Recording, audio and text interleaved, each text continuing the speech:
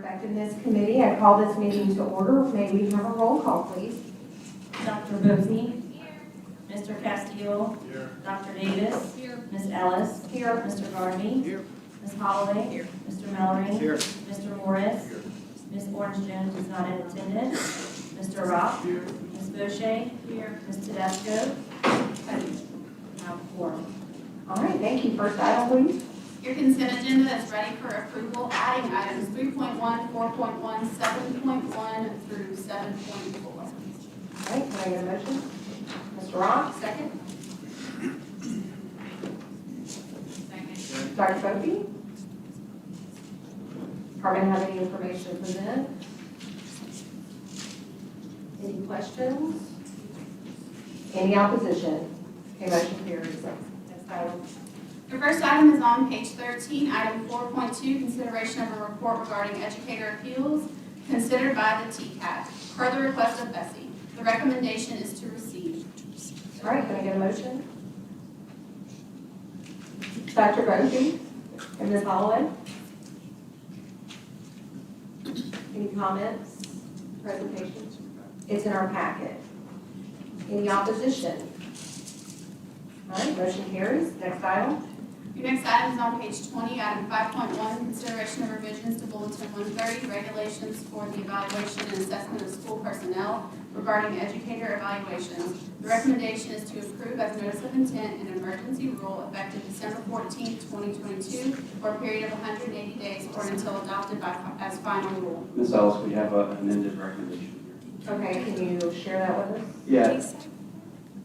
So we're talking about an amended recommendation here. For the last couple of years on teacher observations, we put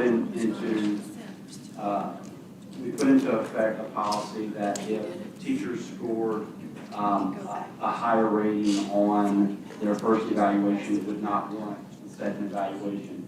The thought behind that originally was all of the extra work that was new relative to COVID, and we kept that in place last year. And so we felt like it has, we know that even when we looked at our leak data from this last year, we still saw increases. So we're happy about that. We also wanted to note, like, the department has really worked to encourage school systems, and we have funded school systems to think about observation and evaluation in a more comprehensive, responsive way. So what I mean by that is we have encouraged school systems, and I've actually been in Superintendent Boucher's system where they're doing this, to ensure that teachers have access to teacher leaders for weekly job and professional development. That is, to me, some of the best professional development when you're being led by and collaborating with your peers. We've also financed opportunities such as master teachers and mentor teachers that are providing real-time support in classrooms to work with teachers, and it feels like a more authentic process than a quote administrator walking in with a clipboard and moving beyond that. And so the original recommendation was to make that permanent. However, we've heard over the last few days some level of concern about maybe we need more time to consider that. So what we would do is we would ask that that policy remain in effect for this year, which is the 22-23 school year, noting that as emergency rule, so that it can go into effect immediately, and then also putting it out on notice of intent. All right, can I get a motion? So moved. Mr. Garvey, second. Mr. Rock, any opposition or comment? So I screwed up and thought that I was supposed to be discussing certification under this because it's related to evaluations, which my issue also is. So is it appropriate for me to ask questions about the previous item if it relates to certification and evaluation, or should I ask that we go back to the previous item? What's the appropriate thing to do? The recommendation is we clear this item and we'll go back. Okay. Okay. I believe we have public comment. Do we have any opposition? Okay, public comment from Dr. Erin Bindley with Pelican Institute. And I don't see her here. She says she wishes to speak for information only. All right. Motion passes. We move on. We'll go back. revisit item 4.2 on page 13. Okay, 4.2, page 13. I apologize for that, and I will be brief. So this relates to, if you look at page 18, the number of appeals that the Teacher Certification Appeals Council is having to consider that they are missing an evaluation. So it's now up to 50% of the appeals that are having to be processed. And it has come to my attention that part of this is a function of when teachers take a year off, say after the birth of a child, or they leave a public school system and go to a private school system, and then try to get them up to come back and meet their certification, that they are often missing the 3 years of an evaluation because they have not been in a public school. And so this is an issue that is tying up our certification office as well as this appeals council.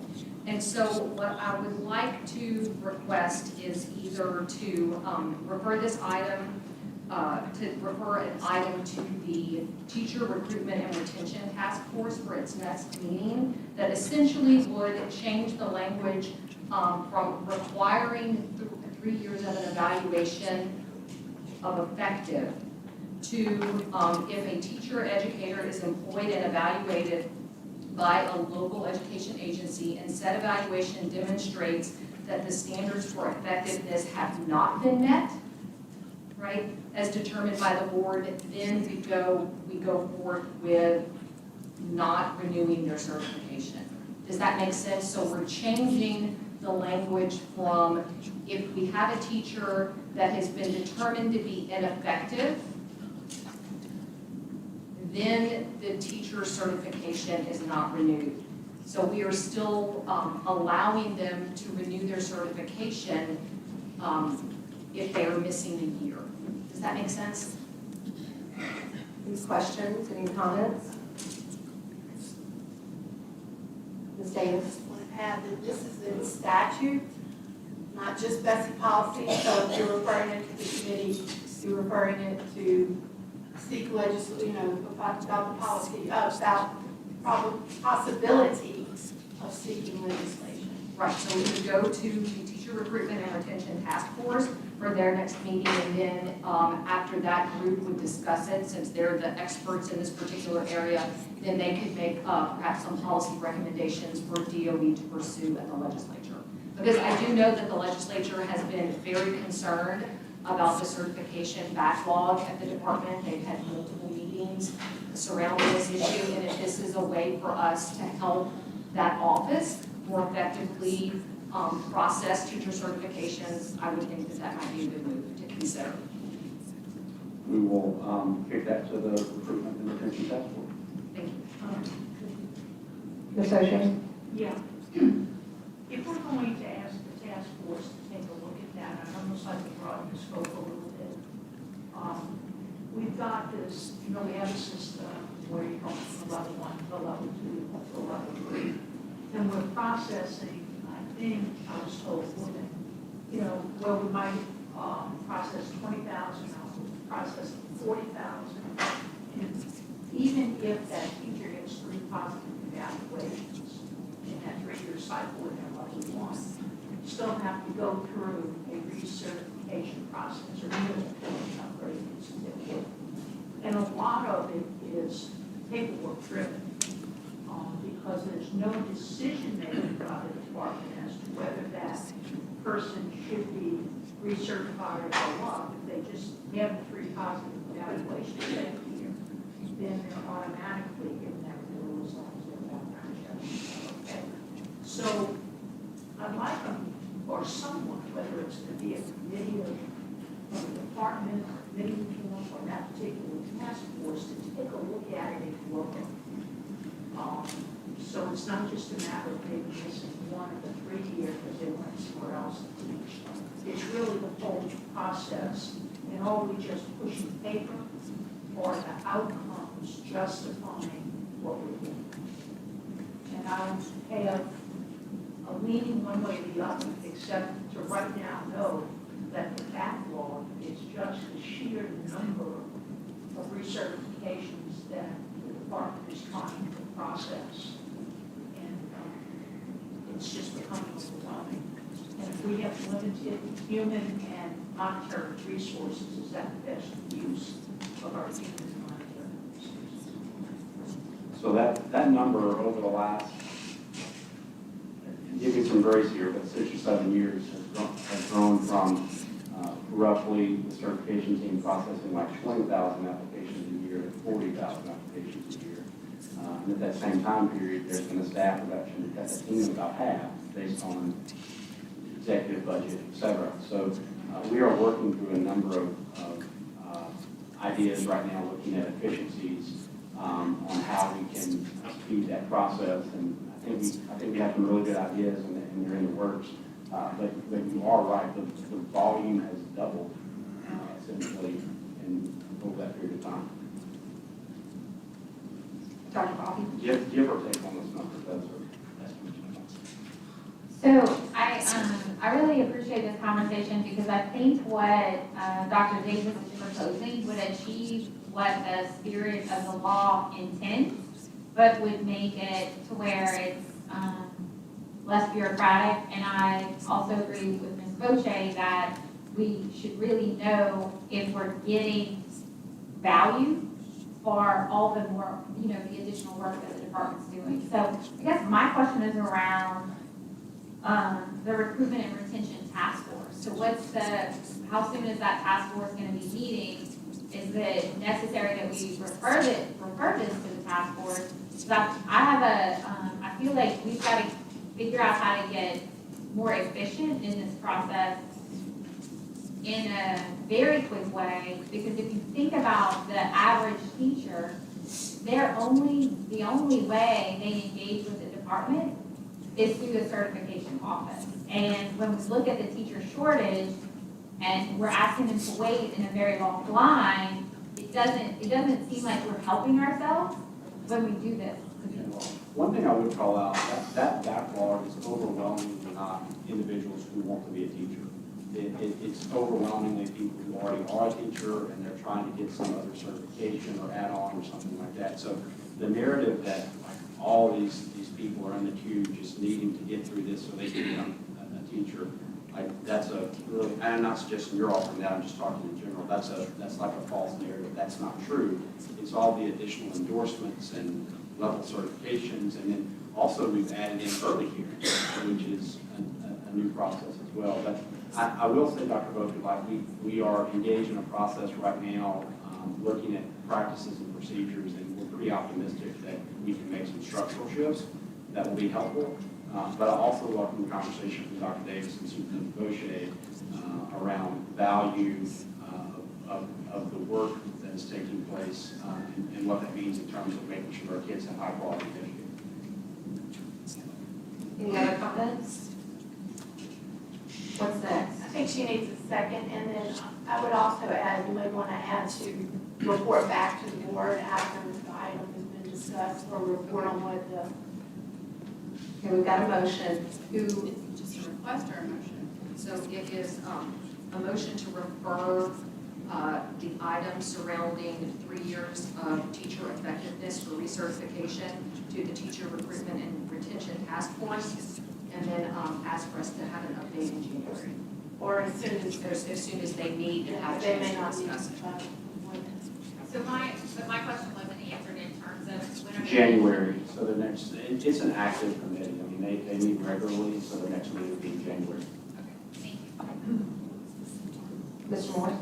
Yeah, Superintendent Brown, can you just give us a brief update or somebody from your staff on what the current backlog is and how kind of progress we're making there? Yeah, I don't have like solid numbers. I can tell you that really it's probably consistent with where it was a couple of months ago. But we have been able to, over that period of time, work through some contracts, train some individuals. They're just now coming on with the ability to start processing. So I think over the next couple of months, we'll see some real movement. And I'll be able to update you within the next 1 or 2 vesting meetings. I think we'll be in a much better place.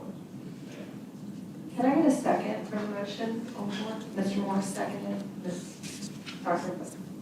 Bowe, you did it as well. Okay? Next item.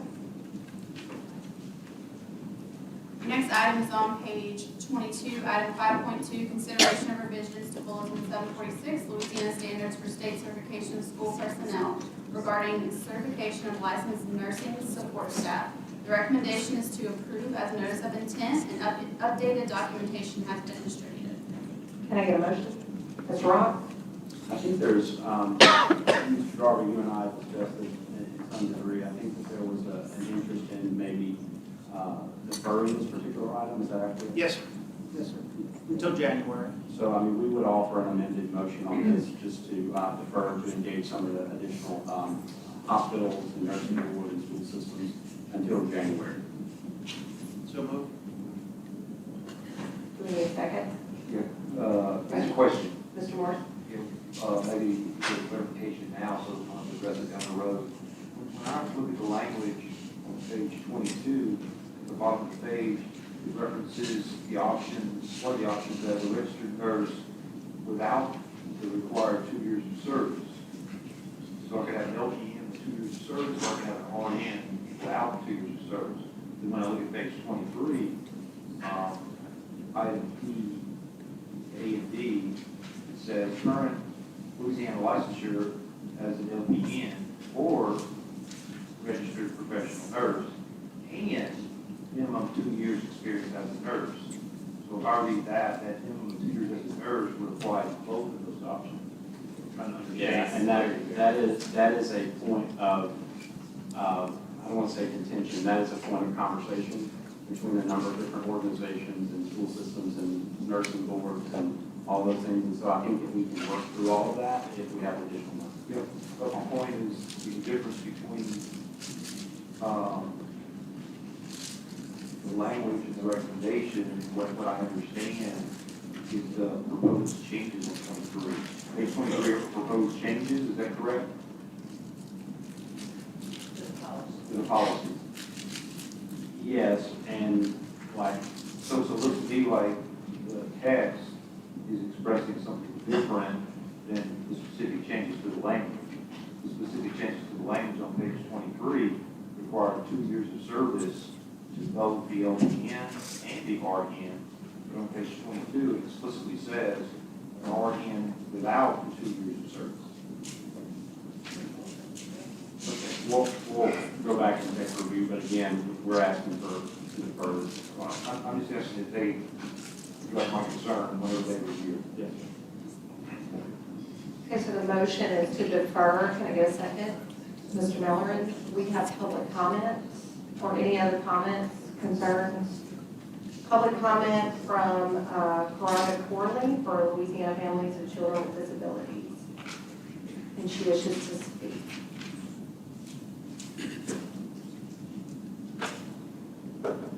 Great afternoon. My name is Karada Corley, proud parent and disabilities advocate.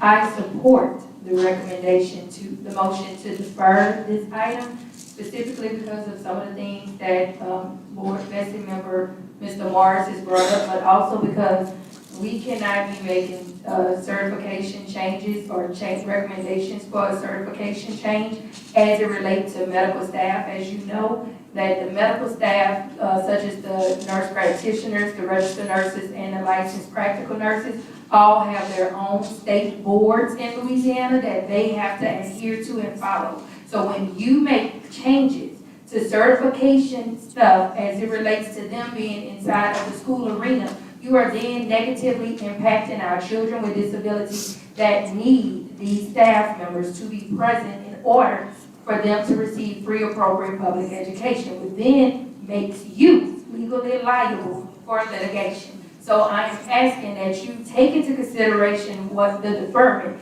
and that you actually have those actual state boards of registered nursing, licensed practical nurses, as well as the nurse practitioner boards be a part of creating the language in which you're planning on using and trying to implement, because there are so many students that cannot enter into a school building without that nurse being present.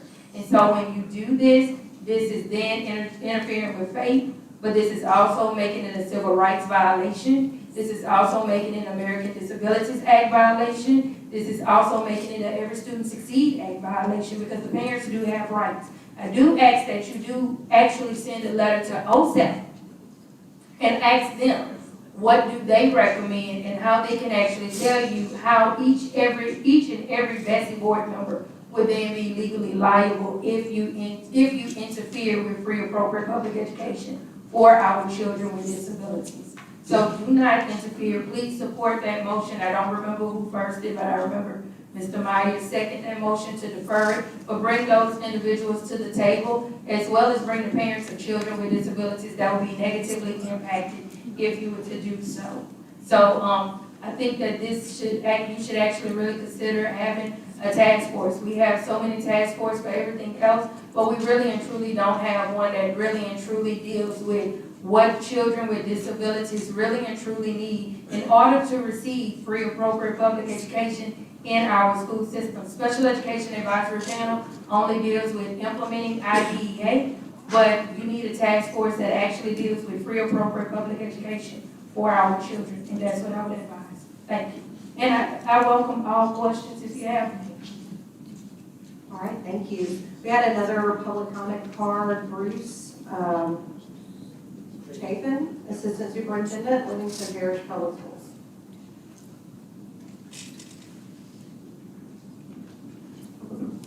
Good afternoon, my name is Bruce Chapin, I'm Assistant Superintendent for the Livingston Parish Public School System, and I also represent the Louisiana Association of School Personnel Administrators.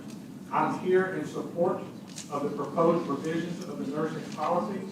It's not really changing how a nurse is licensed by the state. The only thing that I'm aware of that this is changing is how LDOE issues certifications for LPNs wanting to move into the RN category. These individuals would already have their RN license issued by the state, but right now, for example, in Livingston Parish, we have an LPN that has worked for us for about 12 or 13 years. The only way that she can become receive her ancillary RN certification with LDOE is serve 2 years outside the system as an RN. Well, if an LPN works their way, becomes licensed by the state, it is virtually impossible for them to get a ancillary certification through the state. That is the only thing that I'm aware of that this does is changes that. It provides a level D nursing certification. They would have to work for 2 years under an RN, and then that way they have an avenue to become an RN ancillary certificated employee, and we can then move them to a different and much higher salary schedule. If we cannot do this, then there's a very good chance once they get their RN certification, RN license, if we cannot promote them to an RN, we're going to lose them to the public arena. Thank you very much. Thank you. Any comments? All right. Any opposition? Motion carries. Next item. Next item is on page 24, item 5.3, consideration of the summary of public comments and agency response concerning public comment received in reference to the September 20, 2022 potpourri notice regarding Bulletin 746, Louisiana Standards for State and Certification of School Personnel. The recommendation is to receive this PCAR, authorize Bessie staff to submit the report to the Legislative Oversight Committee, and direct Bessie staff to proceed with the final adoption of the June 20, 2022 notice of intent at the appropriate time. Can I get a motion? Ms. Holloway, second. Mr. Rock? Any questions or comments? Any opposition? Have any public comment? Okay, motion carries. Next item. Your next item is on page 27, item 6.1, consideration of the recognition of Ms. Annalise Tedesco, 2022 Louisiana Teacher of the Year for her service on the Bessie Educator Effectiveness Committee, and introducing 2023 Louisiana Teacher of the Year, Ms. Brittany Bonifant. The recommendation is to recognize. So moved. Seconded by Dr. Davis. I don't know what to do next, so. You're up. First of all, we certainly would like to congratulate Annalise for her wonderful service to this board and the state, but really just the service every day in St. Bernard. Thank you for that. I had the opportunity to visit your classroom, just wonderful work. But Kelly Stomp from the department will help us make this transition. Thank you, Dr. Brumley. I'm Kelly Thompson with the Office of School System Relations. Jody Lacey was unable to be here today, so I'm making this presentation on her behalf. She would like to thank Bessie for having us here today. We appreciate this opportunity to celebrate excellent teachers and leaders from across the state. Today, as we've heard, we have two excellent educators who we'd like to recognize. They are Louisiana's 2022 State Teacher of the Year, Annalise Pizarro-Tedesco, and Brittany Bonnet-Buns, our Louisiana 2023 State Teacher of the Year. First, I'd like to start by recognizing Annalise and highlighting some of her key work. Annalise is a passionate educator and artist in St. Bernard Parish, where she teaches music and arts electives to 9th and 12th grade students at Chalmette High School. Over the last year, Annalise has served as Louisiana's 2022 State Teacher of the Well, as well as an educator advisor to the Louisiana State Board of Elementary and Secondary Education and a member of the Educator Effectiveness Committee. Annalise was selected by the First Lady, Ms. Edwards' office, to serve as their music ambassador for our Louisiana First Foundation. In this role, Annalise has advocated for the importance of music and art education. In a continuous effort to enrich the lives of students, Annalise created and hosts Art Strong, a series where guests share performances, pro tips, joys, struggles, and strengths through connections to the arts that is filmed with a live student audience and shared for free on the internet to increase equity of access to the arts. Annalise graduated from Loyola University New Orleans summa cum laude. She is the music director for CHS Voices, Chalmette High School's Music and Theater and Vocal Arts program, and is the music director coordinator for college internships and young artists for the Performing Arts Academy, a district-wide program she helped create for in-depth training and accelerated learning in the arts, offered at nearly no student cost. On behalf of the department, Annalise, we'd like to thank you for your year of service. At this time, I'd like Annalise to say a few words. Thank you, Kelly. And I would just like to share that, I think to be an excellent educator, one has to be a lifelong student. And I've appreciated the opportunity to listen and to learn here with all of you. Thank you so much for the work that you do here and the welcome that you've given me. And I know the welcome you'll give Ms. Bonfons. And a special thank you to my superintendent, Ms. George Boje, who has taught me so much as a student and as a teacher. I'm from a family of educators biologically, but I think that I'm truly part of the extended family of amazing educators. And you are part of that. So thank you so much, Ms. Boje. And just in conclusion, I would like to encourage all of you. The work that you do here is very important. And I would like to urge you and challenge you to please keep the needs of all of our students and all of our teachers at the head of every decision that you make here. We need you, and we need you to keep that as your guiding compass. Thank you again so much for this opportunity.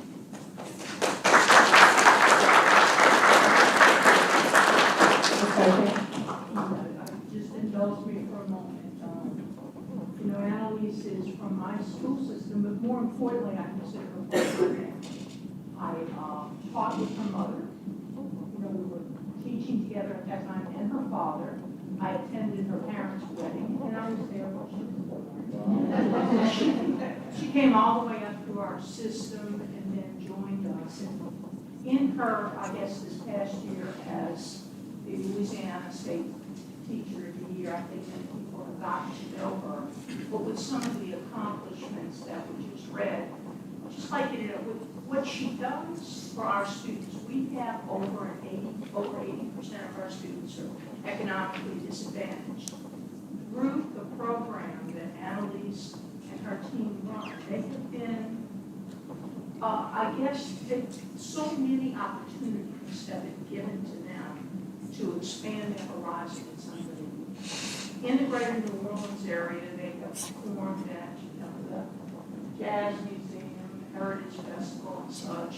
But Trinity Episcopal with Beethoven King, she has brought students to New York to participate in workshops there and expanded those horizons. She just got back this weekend from the White House, where many of the students then participated in, tell us what that was. Students were invited to create self-portraits of themselves. And we submitted those portraits to the White House for consideration, and many of them were selected. So it's such a beautiful thing, to think about Louisiana and Louisiana students of all backgrounds and all kinds of family situations being represented in this elevated way. I've seen firsthand the light that can grow in a 17-year-old's eyes who thinks that, well, this is where I am and this is all I have. No, through these kinds of opportunities, kids can see that they can be in a different place and can achieve far greater than maybe what they see around them. And I think that is a very special and important thing. And many of her students have gotten tremendous numbers of college scholarships for music and the performing arts. And every summer, she and her team do a performing arts academy where we'll take all the kids from elementary all the way to high school. More importantly, our college students and alumni come back. They mentor those kids, participate with them, to keep that alive within our community and within themselves. So we're very fortunate to have her. She's made such a positive impact in St. Bernard Parish and the greater New Orleans area. And I would like to thank the country as well. And she's a tremendous representative of our community, our school system, and our state. So I wanted to publicly thank her and celebrate, and then welcome all so our new Louisiana Teacher of the Year as well. Thank you. I'd like to now ask Annalise to introduce Brittany. Thank you, Superintendent Brumley and Ms. Boche for your kind words. And it is my pleasure to introduce Mrs. Brittany Bonifant, who teaches 9th grade Algebra 1 at Onville High School in Luling, Louisiana. She graduated from Louisiana Scholars College at Northwestern State University, where she earned a Bachelor of Science in Business Administration. She went on to earn a Master of Science in Business Administration from Louisiana State University, a Master of Science in Exercise Science from the University of Louisiana at Monroe, as well as a Master of Arts in Teaching from Northwestern University. Historically, the intensive algebra students entering her classes have scored unsatisfactory on their LEAP tests. Under her direction, 63% of Ms. Bonifant's students who were not on track to pass the LEAP test, and 93% of her remaining learners passed the Algebra 1 LEAP 2025, defying all odds.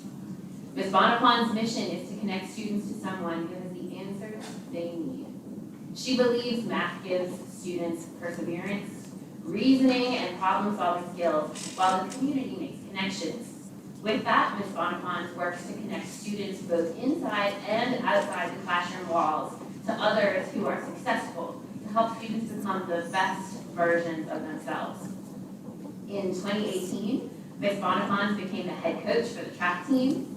Since that time, the team has captured 4 district championship team titles, 2 regional runner-up team titles, 50+ individual medalists, 30+ individual regional medalists, and 10 state medalists. Bonifant collaborates with Gulf Coast Athletic Conference track and field championship and gives athletes the chance to see collegiate opportunities. On behalf of the department and myself, Brittany, I'd like to congratulate you on being named the 2023 Louisiana State Teacher of the Year. I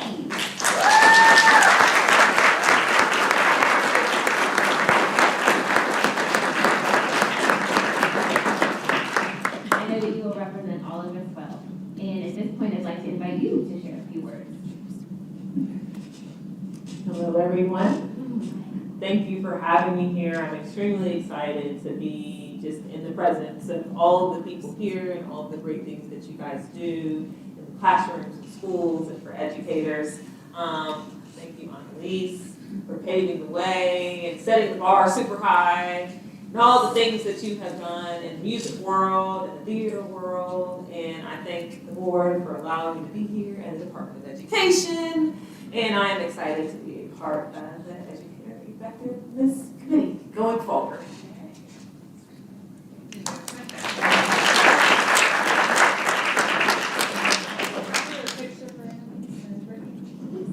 Actually, Yes, Mr. Morrison. I just had a couple of comments here. I had the pleasure of attending the award ceremony in the World War II museum where you were recognized as the State Teacher of the Year. And I recall something you shared with us that a couple of years ago, when you were competing as an athlete, that you had a prayer that someday, that you would be the state champion. Now you are the state champion. So thank God for that prayer and welcome aboard.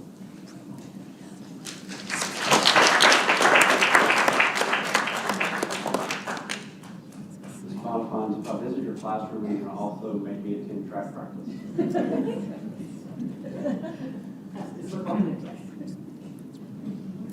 I think we have a small presentation.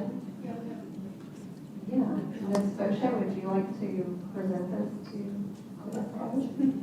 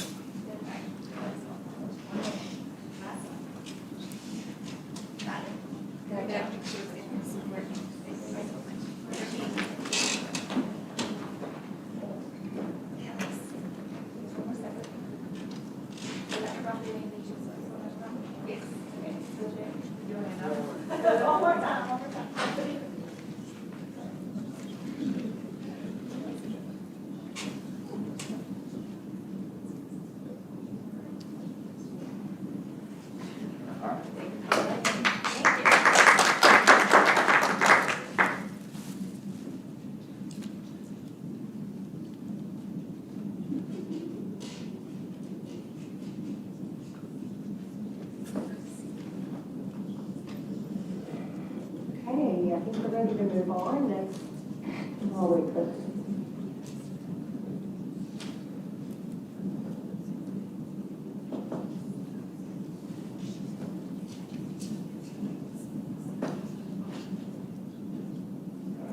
Your next item is on page 57, item 8.1, consideration of executive session regarding discussion of the character, professional competence, or physical or mental health of a person. The recommendation is to make a motion to go into executive session. Can I get a motion? Mr. Garvey, Mr. Mellorin, seconds. Is there any public comment or board discussion on this matter before we take a roll call vote?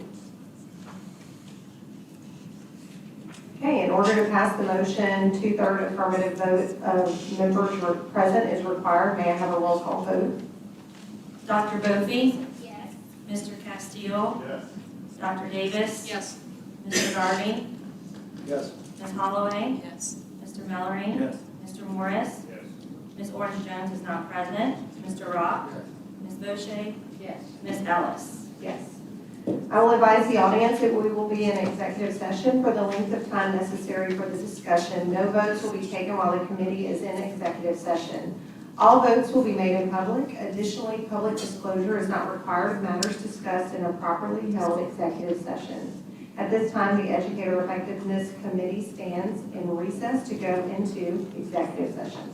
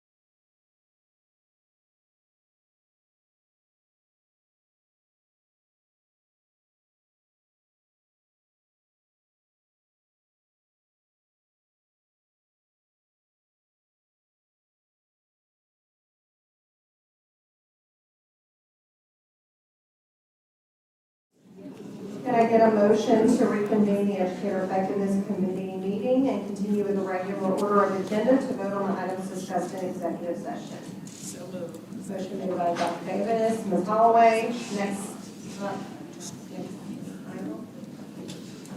Your next item is on page 58, item 8.2, consideration of a records review regarding the issuance of a Louisiana teaching credential appropriate to the credentials of Ms. Demetrius Dixon. The recommendation is to grant, deny, or defer. Can I get a motion to take these in one vote? 8.2, 8.3, and 6. Okay, motion, Mr. Ross, second, Ms. Holloway. The motion is To grant. Any opposition, comment? Okay, motion carries. Next item. that concludes your agenda.